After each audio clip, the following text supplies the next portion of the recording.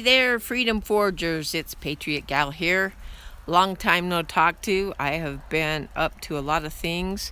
I think the last time I was on was just before I went down to Texas to help out with Hurricane Harvey relief, and got back, and there was so much to do. And I'm sorry that I haven't been posting things. I think I mentioned to you guys that I run a business that is largely dependent on the ski industry, and so this time of year it's starting to get our busy time.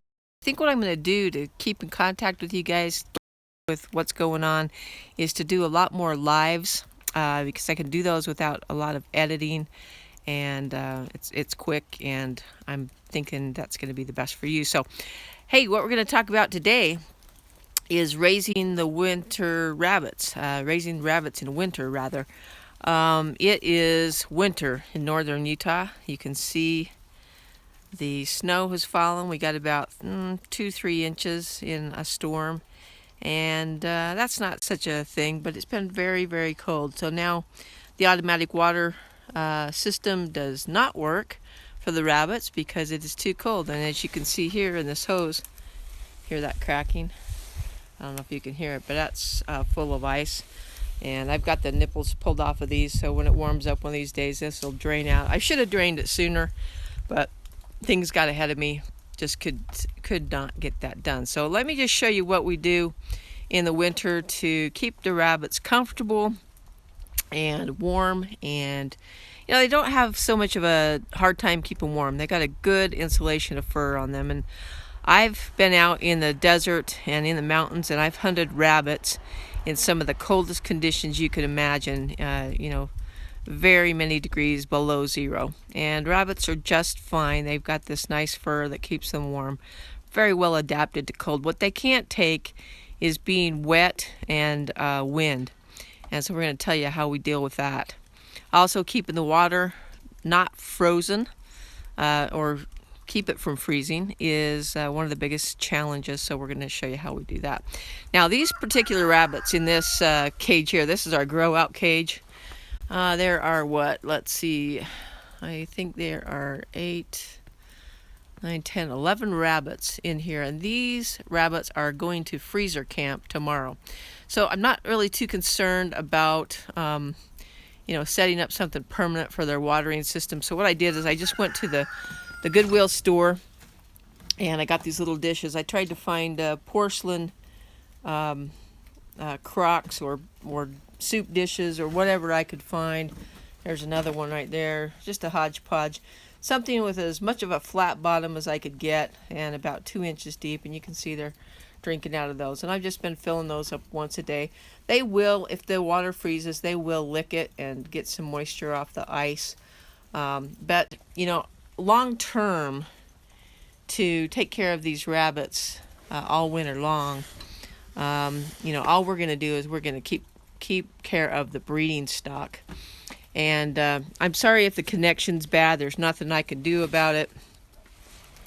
I'm away from the Wi-Fi, so hopefully the battery's going to last. I didn't look at my battery before I started this, so I'm going to make it quick and wrap it up. So take you over here to the main cage where we keep the breeders, and just show you quickly what we've done here. I use these heated water bottles, and I'll tell you why. Everybody says, oh, what are you going to do in a grid down situation? Well, the grid's not down right now, and I'm busy, so I use those because that's what I have to do to manage my time in the winter with everything that's going on. They do use some electricity, but that's what we do for now. In a grid down situation, I'd simply, have more of those crocks, and I probably wouldn't, if the grid was down long term, I don't think I'm going to be having to worry about my business, because my business would be non-existent, because people wouldn't be skiing, because the lifts wouldn't be turning, and I'd have more time on my hands to deal with the rabbits. So that is what we do to keep the water from not freezing. They work excellent, and one of these days maybe I'll show you the situation that I built so that I could have all these small extension cords that go into a main extension cord that runs up top here. The other thing that I've done is I take these blankets that you can get at Harbor Freight. These are the moving blankets, and they're very inexpensive, and I simply just put these up. These guys have all been fed and watered, so I'll just show you. I'll get these up here for you so I can show you. I've got these screws. You can see right here that I've just poked some holes in these blankets, and they just go like that, and they overlap. Now this works great to keep the wind away from these rabbits in case they do happen to get wet. Okay, so now I'm just going to back up and show you what it looks like if you look down the row. So you can see that makes a nice little covering for their cages. It hangs well below their floor. And today I've got a couple more I'm going to put here on the ends. Cover up this burlap, and we'll put them here on the front. And then we'll just open them up on days like today when the sun's shining to give them a little fresh air, give them what sunshine we can. The other thing I do is up top here, I put some pieces of cardboard up underneath the roof here. I put some cardboard up there to help keep the heat down in the cage. The bottoms I leave open. They do have a nice 2x12 chunk of board here that they sit on. When they're cold, they just sit on those. Many times they're not sitting on them. They're fine. They are doing just fine. I do give them a little extra feed. This time of year, I normally feed them a tuna can heaping full with pellets.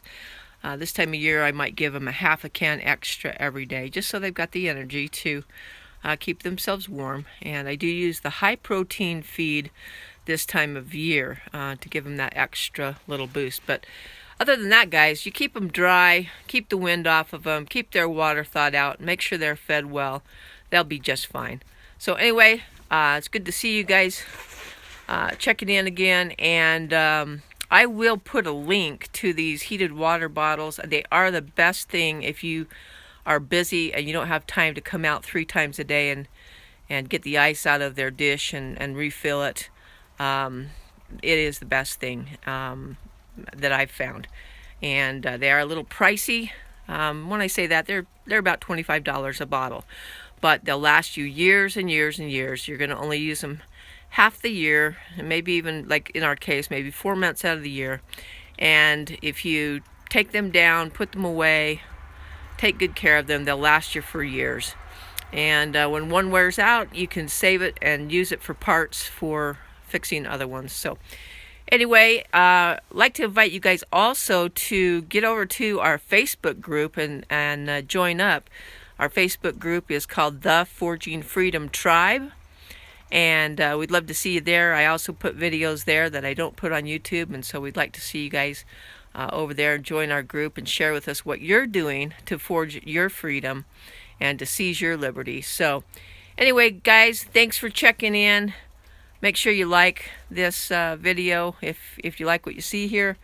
And, if you know those kind of people that like this kind of thing, share it with them, and let's grow our group and share with each other and help each other along. So anyway, this is Patriot Gal signing out for now, and we'll see you again soon. Bye now.